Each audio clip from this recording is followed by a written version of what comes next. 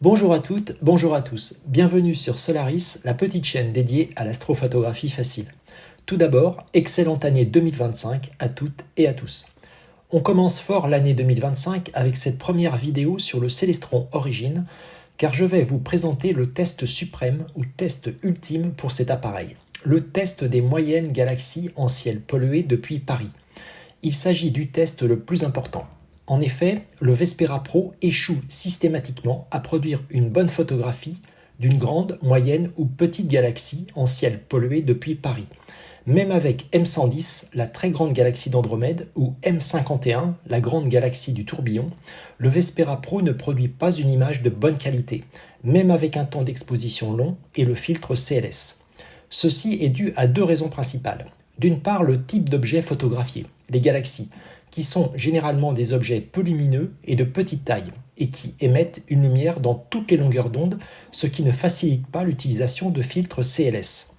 D'autre part, le Vespera Pro, et d'ailleurs tous les Vespera au sens large, ne réussissent pas tous les types d'objets célestes. Ce sont d'assez bons instruments pour les nébuleuses, mais pour les galaxies ou la Lune par exemple, l'acquisition des images et leur traitement logiciel sont décevants, mon avis étant partagé par de nombreux utilisateurs. Pour tester le Célestron Origin, je n'ai pas choisi n'importe quelle galaxie. Je n'ai pas pris M110 ou une grande galaxie. J'ai pris NGC 7331, une galaxie de moyenne dimension que le Vespera Pro n'arrive pas à photographier en 60 minutes de pause depuis Paris. Rien n'apparaît après un empilement d'une heure. Vous avez à l'écran l'empilement de NGC 7331 avec le Célestron Origin. Juste une précision pour vous indiquer que les empilements avec le Célestron Origin seront maintenant visualisés avec la vidéo de l'empilement directement produite par l'instrument. Ces vidéos sont de courte durée, inférieure ou égale à 1 minute, et sont beaucoup plus résolutives que les captures d'écran de smartphone. Je viens de lancer la vidéo de l'empilement et je vous décris brièvement NGC 7331.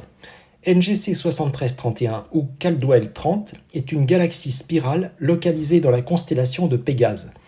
Elle a été découverte en 1784 par l'astronome britannique William Herschel. Il s'agit en fait d'un groupe de galaxies qui serait constitué d'au moins 5 membres. Attention à ne pas le confondre avec le quintet de Stéphane, qui est également un regroupement de galaxies assez proche de NGC 7331. Comme on le voit sur la vidéo d'empilement, NGC 7331 est bien visible. Donc, à l'inverse du Vespera Pro, le Célestron Origin n'échoue pas dans la capture de cette galaxie. J'ai choisi un temps de pause de 30 minutes, donc un temps assez long pour ce type d'appareil. Voici la photographie plein format au format rectangulaire du capteur. La forme spirale de NGC 7331 est bien nette. Regardons maintenant s'il est possible d'identifier les microgalaxies satellites qui l'entourent. On peut observer de la droite vers la gauche NGC 7336, NGC 7335 et NGC 7337.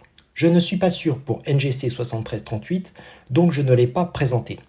Si vous regardez bien le fond étoilé, vous pourrez trouver d'autres microgalaxies sur l'image que je n'ai pas pu identifier.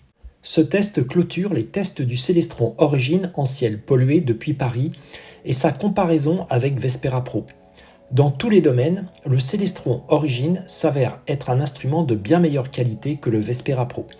La photographie des amas globulaires, des amas ouverts, des nébuleuses et de la Lune est de bien meilleure qualité. C'est même parfois sans comparaison. Le Célestron Origin réussit les galaxies, même celles de petite et moyenne dimension, tandis que le Vespera Pro échoue complètement avec ce type d'astre. Je précise que j'ai effectué plusieurs captures sur différents objets célestes pour toutes les catégories d'astres, même si je ne les ai pas présentés sous forme de vidéo, que toutes les captures du Célestron Origin ont été faites sans filtre et que ces conclusions ne s'appliquent pour l'instant qu'au ciel pollué. Donc si vous hésitez entre les deux appareils et que vous êtes dans un environnement fortement ou moyennement pollué, je vous déconseille l'achat du Vespera Pro au profit du Célestron Origin, qui présente par ailleurs de nombreux autres avantages que nous examinerons en détail dans d'autres vidéos. Merci d'avoir visionné cette petite vidéo qui est maintenant terminée. J'espère qu'elle vous a intéressé. Laissez-moi un pouce vers le haut et des commentaires, cela me fera plaisir. N'oubliez pas de vous abonner à ma chaîne pour être informé des prochaines vidéos. À bientôt sur Solaris.